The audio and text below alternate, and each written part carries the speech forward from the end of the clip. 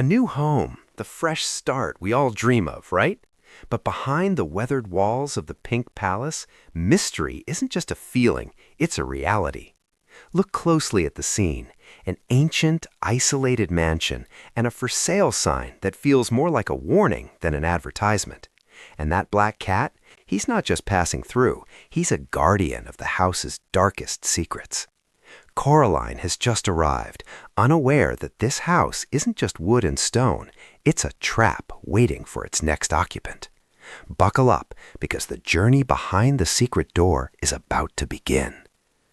Deadly curiosity. Coraline discovered a small hidden door behind the wallpaper shortly after moving in. A door to nowhere, or so she thought. What's waiting for her in that darkness? A trap or a whole new world? The house is very old, featuring an attic under the roof and a cellar underground, surrounded by an overgrown garden with huge trees. Coraline's family doesn't own the entire house because it's too big. Instead, they occupy only a part of it, while other neighbors live in the rest of the building. In the flat below Coraline's live Miss Spink and Miss Forcible. They are both old and round, living with several aging Highland Terriers. Once upon a time, they were famous actresses and often reminisce about their days on the stage.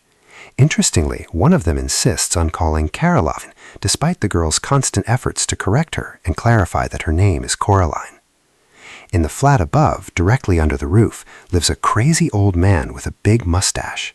He claims to be training a mouse circus, but refuses to let anyone see them because they aren't ready yet.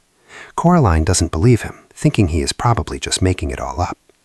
The day after moving in, Coraline goes out to explore the large garden, which features an old rotted tennis court. She found a rose garden filled with insects, a rockery, and a fairy ring of brown toadstools that smelled dreadful when stepped on. She also discovered the existence of an old well on the grounds. The neighbors warned Coraline that the well was very dangerous, so she decided to search for it to know its location and avoid it. She found it in a meadow behind the tennis court, covered with wooden boards to prevent anyone from falling in. Coraline spent her time dropping pebbles through a hole in the wood and counting until she heard the splash in the water far below. Coraline continues her exploration, finding a hedgehog, a snakeskin, and even a rock that looks exactly like a frog. A haughty black cat watches her from a distance, but slips away the moment she tries to play. It was a cold summer, and when the rains finally came, Coraline was forced to stay inside. Bored, she asks her mother what to do, only to get the typical advice: read a book or watch a video. But Coraline didn't want any of that. She only wanted to explore. The rain was pouring down so hard it turned the garden into a muddy soup, and Coraline watched the scene from the window with disappointment. She had already watched all her videos, read all her books, and even her toys were no longer fun. Driven by boredom, she decided to visit her father in his study, hoping for a distraction. However, her father was preoccupied with his work at the computer, and when she asked if she could go outside, the answer was inevitable.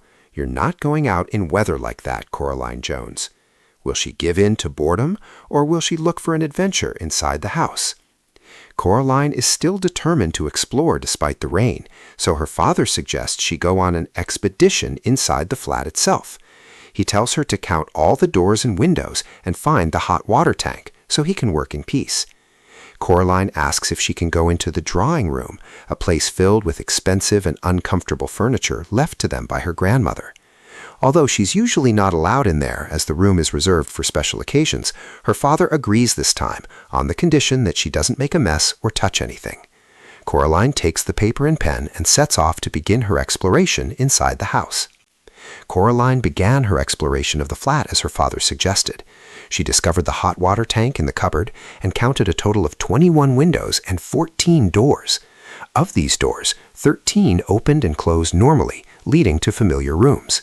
However, the big carved brown wooden door in the far corner of the drawing room was locked. When she curiously asked her mother where that door went, her mother simply replied, "Nowhere, dear." But Coraline wasn't convinced, insisting it has to go somewhere. To end her daughter's curiosity, Coraline's mother fetched an old key from the top of the kitchen doorframe and opened the mysterious door. But to Coraline's surprise, her mother was right. The door truly went nowhere, revealing only a solid red brick wall. Her mother explained that when the big house was divided into flats, they simply bricked up the passage to the next apartment, the one still for sale. After closing the door, her mother put the key back without locking it, reasoning that there was no need since it doesn't go anywhere. As darkness fell and the rain continued, Coraline stood alone, staring at the door in silence. Things began to take a strange turn that night. Coraline's father prepared a peculiar dinner, a leek and potato stew, but Coraline refused to eat it, calling it disgusting.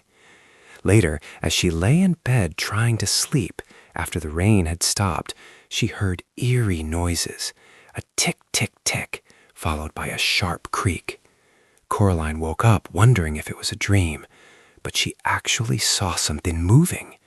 It was little more than a shadow, scuttling down the darkened hall fast, like a little patch of night that had decided to move on its own. What is this entity that appeared right after the mysterious door was opened? Coraline couldn't ignore that shadow, which looked like a little patch of night.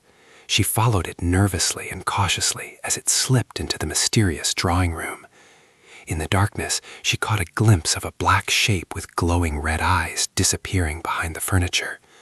At first, she thought it was a giant spider, but its long tail revealed it was something else entirely. When Coraline turned on the light to uncover the truth, the entity had vanished, but the mysterious door that had been bricked up was now standing slightly ajar. After chasing the shadow, Coraline returned to her bed in a state of confusion, falling into a strange and haunting dream. She dreamed of black shapes sliding from place to place under the moon, rats with glowing red eyes whispering in high, whiny voices, "We are small, but we are many. We were here before you rose. We will be here when you fall." These eerie words left Coraline feeling uncomfortable before she eventually drifted into a dreamless sleep. And that brings us to the end of today's video, but Coraline's adventure is just getting started.